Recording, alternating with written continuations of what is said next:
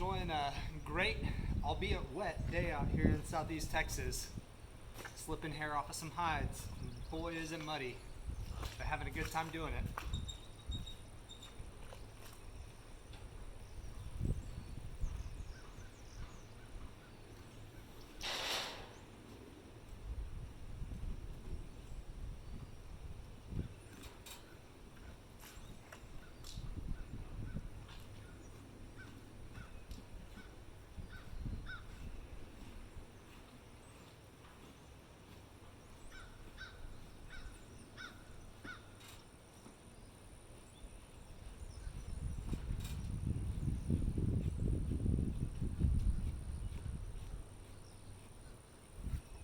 This hide only sat in lime for about 2 days and it started slipping fast.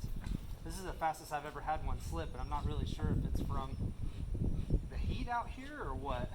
But I did use more lime this time, so maybe that had something to do with it as well. Instead of just using a big coffee cup of lime, I used about a coffee can and about 3/4 of another one. Man, it started slipping, I want to say on that very next day, but I just let it sit in there a little bit longer to make sure the whole hide was slipping before I got started. And there are quite a few little bitty hairs on this hide that are sticking around.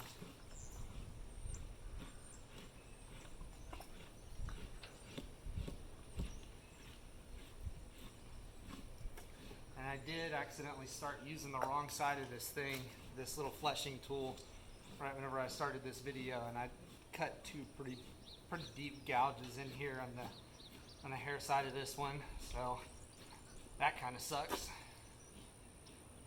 But everything's a lesson. Now I know. Double check before I get started next time.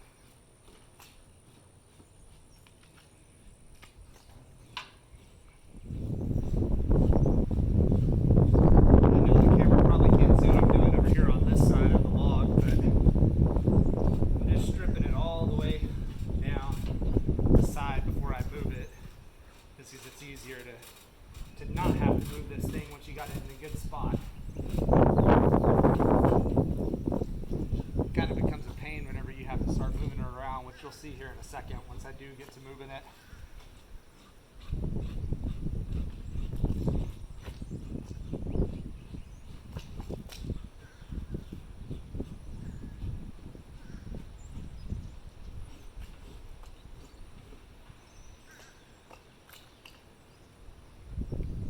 So amidst all the coronavirus fears out there, this is another really nice thing about rawhiding, I guess, is I can do this in the comfort of my own home, or I guess own property, or in this case, luckily my mother's property.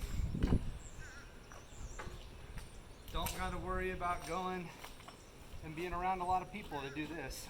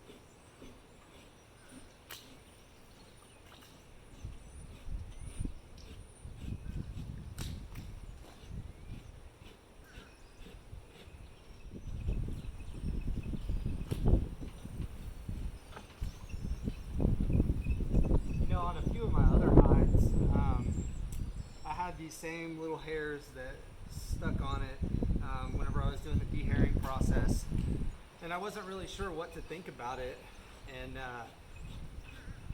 I made a Honda out of it now, or a few Hondas out of it, and it's kind of neat.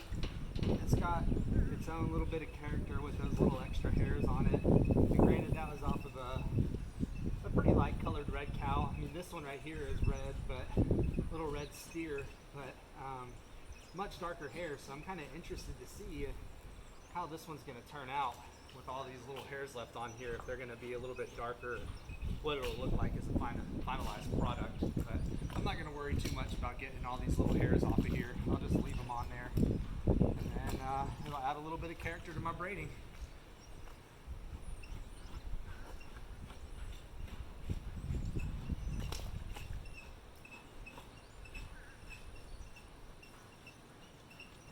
I think it was Bill Black that was saying that it's a good thing to leave some of the hair on the products anyways, because it lets people know it came off a real animal.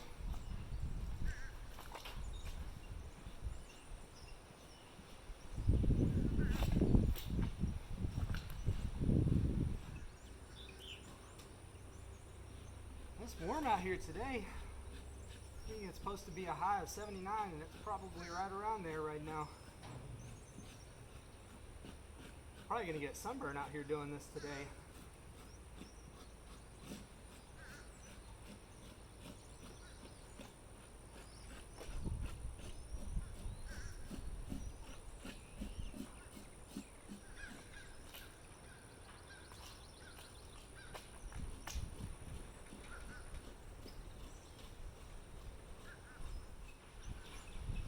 I will say one thing about these gloves is I really like them, but I really dislike them at the same time. I'm sweating so bad in them already. I know you can't see it, but I got sweat running all the way down my arms.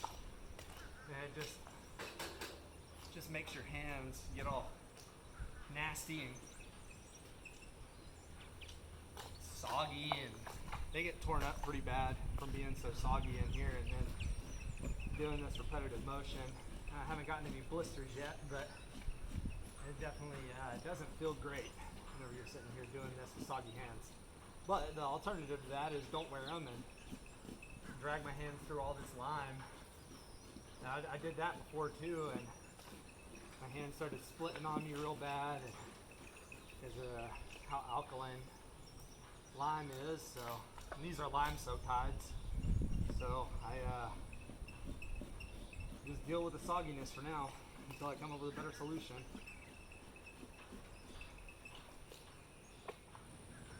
This hide's got a little bit of superficial kind of flakiness that I've seen in another hide that I worked on before, and I wonder if that's just from getting burned from the lime, for letting it sit on one spot for a little bit long.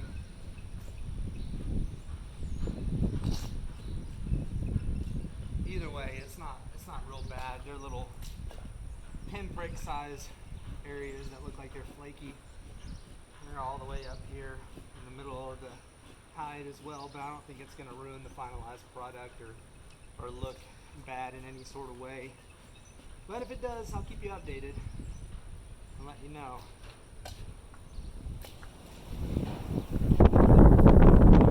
The rawhiding community does is share their information with each other so we can all learn instead of having to go through the same exact mistakes. And on that note, I want to say I'm really thankful to all the older braiders and people that have been doing this a lot longer than me for passing on a lot of their information, helping the craft continue to survive and thrive. I know some of the guys were talking about it, and I think it's Jan Bogarts, hopefully I'm pronouncing the name right, that was saying that he believes that we're in a kind of renaissance period with rawhide braiding because of the internet and Facebook groups and all that stuff that are helping people pick up the craft, and because of the popularity of a lot of the Western events that use rawhide braided gear primarily, so that's like reining and rein cow horse. It gives us a good market to sell to aside from just working cowboys that are using this type of gear.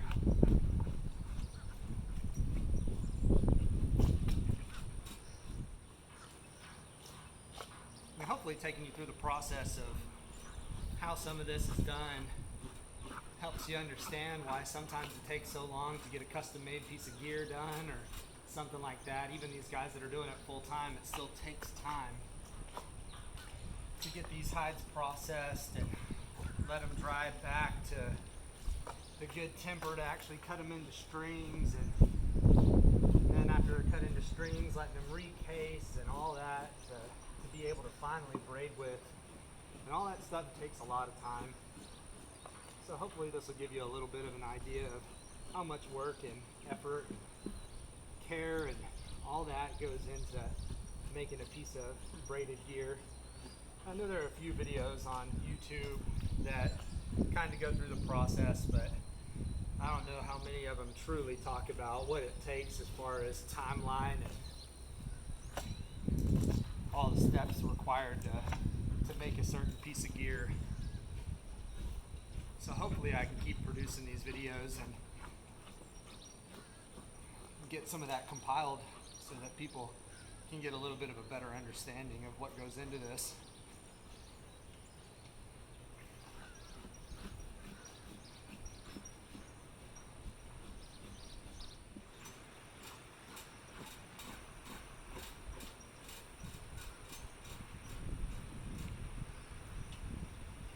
I'm not sure how much you can see of the hair that's left on here.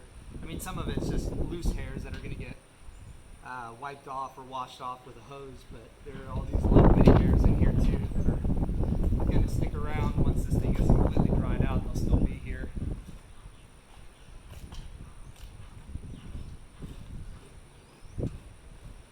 They're a lot more visible on this other side. This other side, for whatever reason, has the hair has slipped a little bit less ideally than what that other side is slipping.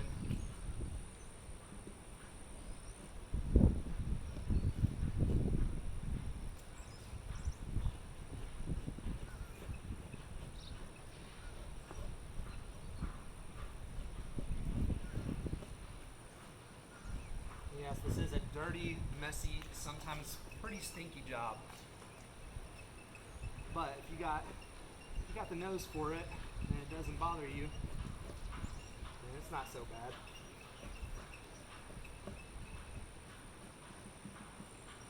My girlfriend likes to act like it's one of the stinkiest things on the planet, but I think she's blowing it out of proportion a little bit. It does stink, but not that bad in my opinion. However, if you do get a hide that starts to rot on you, that can stink pretty daggone bad. I had one that started to rot on me before I got it in the lime, and I was trying to do it a different way as far as processing goes, so I wasn't wanting to use the lime on it. So I just hung it up in a frame, and oh boy, it continued to rot on me, and it was underneath our carport where we have the hides drying. And man, if you went anywhere close to that carport, that was a horrible stench. So I threw that one in the lime and vinegar, and it takes the smell right out of it. Kills off whatever bacteria there are that are causing it to rot and stops that process. And then I still got that hide. I haven't cut it up yet, but I'm assuming it's going to be a-okay. It looks perfectly fine.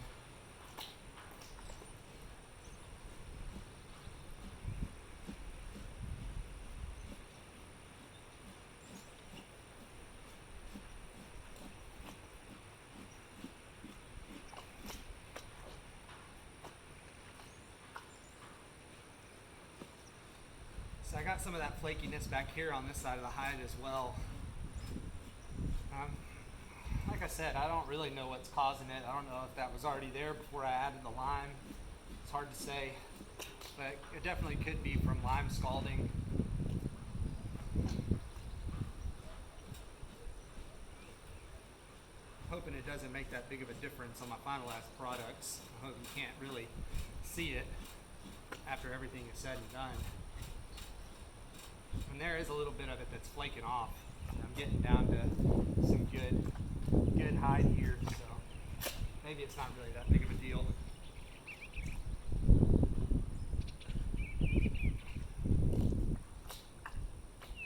I'm trying to be real careful with my hide and not stick it in the mud. I'm going to rinse it off anyways after I get all this hair slipped. I still don't like dropping it in the mud and having to clean all that stuff off there as well.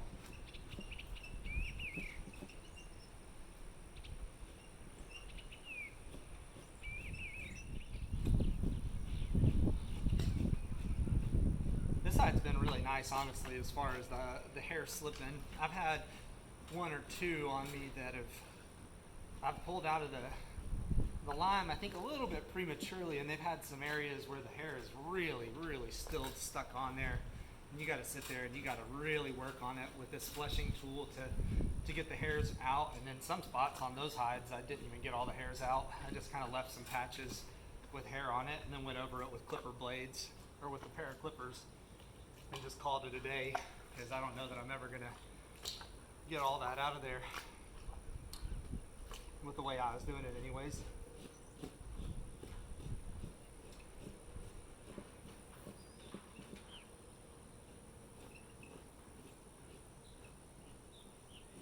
And this hide, you probably can't see it very well with where the camera's at, has a really, really nice kind of beige color, but a little bit on the red side. But most of that pigment, whenever I use this fleshing tool, gets pulled out of there. So still has a nice color in the end.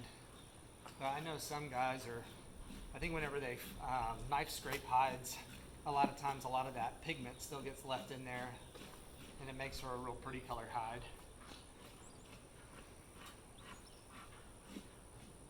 The red hide that I've used for those Hondas has looked fairly good so far. It's got kind of a darker yellow color to it. I tend to like that. But I guess it's mostly about what my clients like. So you people that are watching, if you have any rawhide gear or you want to get something made, let me know what colors you tend to like, because what I like doesn't really matter. It matters about what you guys like. So let me know. If this red color is really important to you, I may need to find a different way to dehair these things so I don't pull all of this pigment out of here.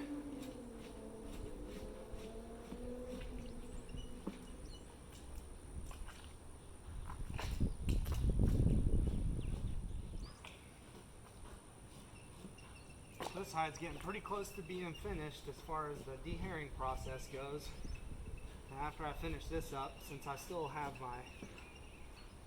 my other hide that's in the lime, and I'm still using my drum for that. I can't put it in the vinegar just yet, so I'm probably just gonna throw this one over a fence while I dehair the other one until they're both dehaired, and then throw them in the vinegar at the same time in the same barrel.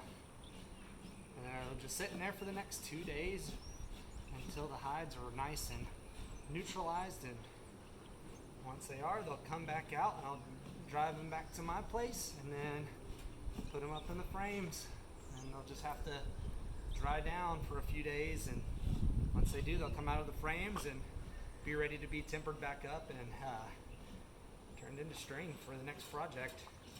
And I think with these projects, I might use them for some rayata strings, but I might not. I've already got 2 nice big hides that I'm thinking about using for my rayata hides. I'm going to aim for probably a 60-footer or so on the rayata, and then as far as this hide and my other one that I have here with me, I might use these more for my bozals and the body strings and all that kind of stuff. But I've been taught a new way to cut these hides up by some of the guys that have been doing this a while, and I'm really interested to try that out. So instead of just cutting one major big soga, is what it's called, out of these hides, I might section them into 4 different sections and then cut my strings out of those sections that are more of a uniform thickness, so I don't have to worry about splitting down my strings so much and keeping the integrity of my strings.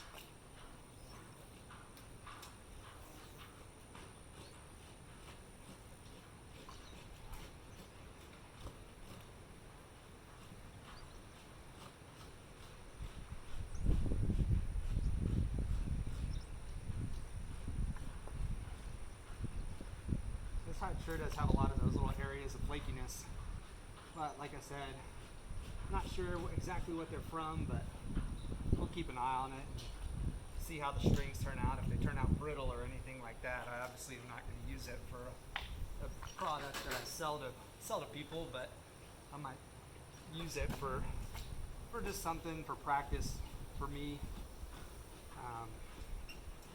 just to kind of get a little bit more practice with the braiding process and cutting the strings, etc. But really, I don't anticipate there being any problems with this hide, even though there is a little bit of flakiness on the hair side.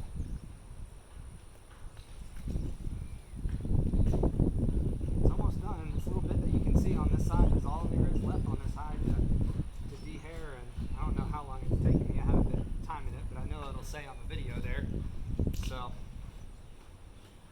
we'll see. I think probably so far I've probably got about 3 hours invested on this hide as far as the fleshing and the liming and dehairing and all. Well, actually including the liming, I've probably got about, oh goodness, 50 something hours so far, because you can't do anything while it's sitting in the lime besides hurry up and wait. So I think that still needs to be considered into how long this stuff really takes.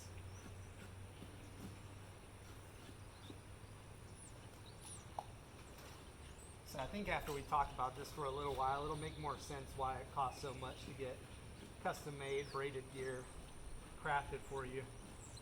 Because if somebody's really charging for their time, which everybody should be, no matter what industry you're in, you know, I think you get paid on a time basis mostly rather than just a job basis. But as a farrier, I don't know. I mean, it depends on how you set your business up, whether it's per job or per time.